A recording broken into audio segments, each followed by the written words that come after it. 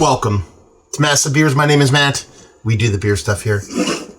Fat orange cat up on this piece in the form of their crispy craft lager. Yeah, this comes courtesy of Steven, post Beard Tube Blues beers. Words are hard. 5.2%.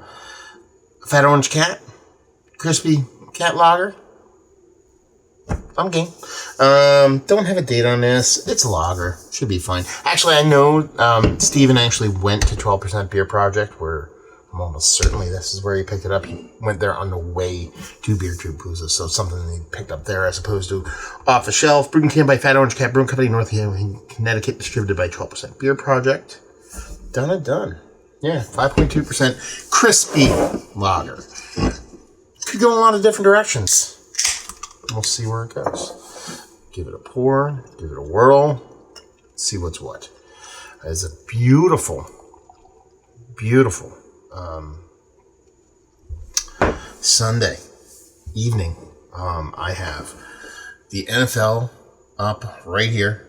Jets, Steelers. I have baseball, playoff baseball, Mets versus Dodgers over here.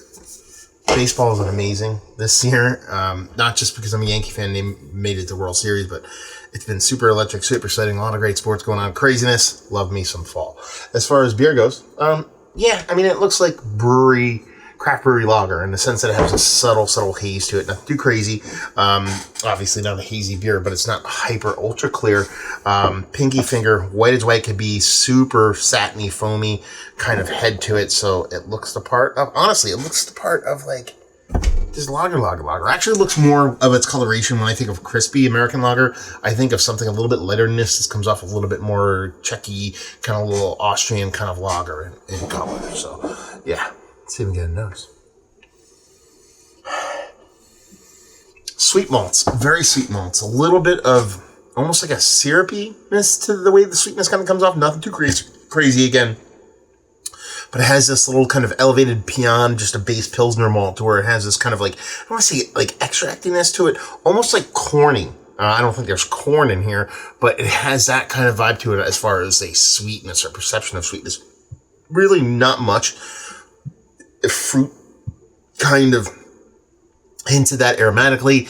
From the hop side of things, maybe a soft ginger bittering, but that's pretty much it. Very, very light, that little bit of sweetness, that little bit of, like I said, corny kind of sweetness. I don't think it's corn, it just has that level of sweetness to it, or perception of sweetness, I should say. Done and done. Oh, can. I forgot. I like the can. It's, old school flash shop from Tattoo Shop, so right up my alley. So let's give it a whirl. Cheers.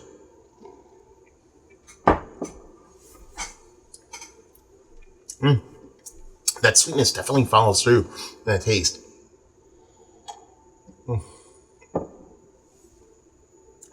But it does have a elevated bittering beyond where I thought it would be. Yeah, the sweetness here, I think it actually is a little bit of DMS, but not criminal level DMS. So I think that sweetness I'm getting, and since I talked about it being a corn thing, like a Mexican lager, I think it's DMS, hence the corn vibes, like cream corn. That's kind of what DMS puts off. But it's very, very minimal, but I believe it's there. So that's where I think that added little kind of sweetness is coming through.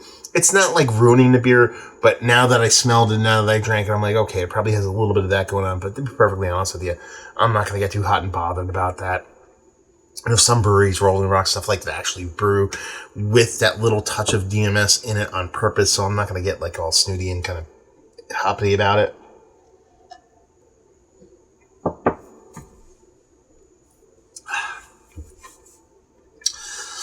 And then there's this bittering.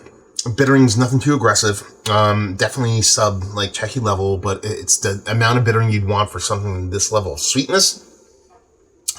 And it's kind of where this thing jumps the shark for me. As you can tell, I'm kind of distracted by sports right now. It's not a crispy boy. I think it's because of that DMS. It adds a little bit of flabbiness to the mouthfeel. Again, we're not talking about a thick beer. We're not talking about an ultra dense kind of Pilsner here, or lager, I should say. But there's something a little bit kind of just heftier than what I would classify as a crispy boy. So if I'm going to get up in arms about anything, maybe it is that kind of calling in a crispy boy when I don't think it is. But in the grand scheme of things, it's a fine lager. Yes, I'm going to drink the crap out of it. Yes. If I bought a 4-pack of this, would I be upset? Not necessarily. If I bought a 4-pack of this and it was sub $10, I'd be like, yeah, okay, fine. You know, craft lager, if this is like $15, I'd be a little bit like, okay, that's fine. I'm not mad, but maybe I go back and buy another batch to see if they kind of clear up that little bit of a negative flaw there. But again, like I said, it's so minimal, I'm not going to get here and get all super hot and bothered or anything like that about it. And just say, first beer of the night, rip it into a lager, crispy enough, and I'm going to drink it. There you go. Mount Rushmore status of lagers? No. Value and availability? Don't know. Hopefully it's not too bad. And leave you with, well, availability should be relatively available because it is Fat Orange Cat and 12% Beer Project, but price I don't know. Please let me know down there. Anybody? Steven? Talk to me. And leave you with, if you like what we like this. Honestly, if you love Earl Rock, you'll like this. Again, if you're not going to get too hung up on very subtle minor flaws, and especially if this is coming in at a decent price point, if you just out drinking good beers from breweries doing good things, because that's what Fat Orange Cat does, you will dig this. Fat Orange Cat, have you been to the brewery? Have you been to the 12% Beer Project? Either or. Have you had a bunch of their beers? Have you had this beer? What's your favorite beer? Honestly, my favorite Fat Orange Cat beer might be their flagship, the Baby Kittens. I think that's their flagship. I picked that up off a shelf around me. I can usually find it for like $12.99 a 4-pack. I'll rip that beer all day. All your thoughts down below. Hopefully you enjoyed the review. Hopefully you're enjoying a little bit of lager right now. Hope to see you next time. Cheers, y'all.